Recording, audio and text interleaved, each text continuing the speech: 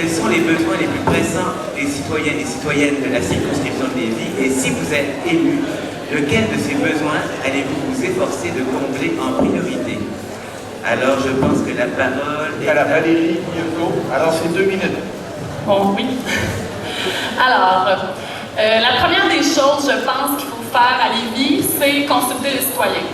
Ça semble une évidence, mais ça ne l'a pas semblé dans les dernières années. Donc, moi, je veux revenir, première des choses, à ça, puis pas consulter les citoyens qui sont proches, qui sont dans mon parti. Consulter tous les citoyens, sans exception, de tous les âges, même ceux qui ont moins de 18 ans, sur leurs projets.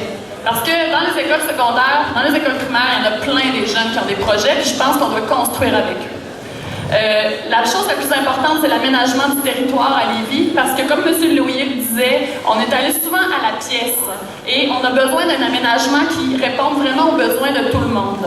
Alors bien sûr, il faut une meilleure protection de l'environnement, parce qu'à Lévis, on a un bilan qui est vraiment très déplorable sur la protection de l'environnement. Bien sûr, les transports collectifs. Ici, particulièrement, au cégep Lévis-Lauzon et dans le centre d'enseignement de l'UQAM, il y a un problème criant d'accessibilité aux transports collectifs, parce que je ne sais pas si vous êtes comme moi, mais moi, je l'ai pris l'autobus, puis franchement, il y a des problèmes de base qu'on peut régler très facilement, juste sur les horaires, le prix ou la concordance avec la Rive-Nord. Donc, il y a des problèmes très, très simples que si on prend l'autobus, on est capable d'identifier. Deuxième chose, les logements. Ça fait 12 ans qu'on a une pénurie de logements à Lévis.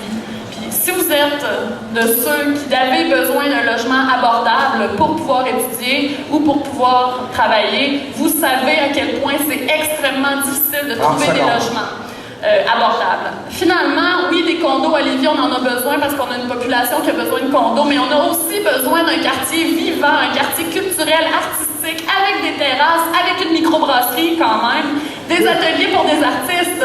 Ça fait à Lévis, à chaque fois qu'on veut faire un petit peu de bruit, on nous tasse plus loin, mais à un moment donné, les jeunes existent à Lévis puis ont besoin d'un espace. Il faut arrêter que les jeunes s'en aillent à Montréal puis à Québec.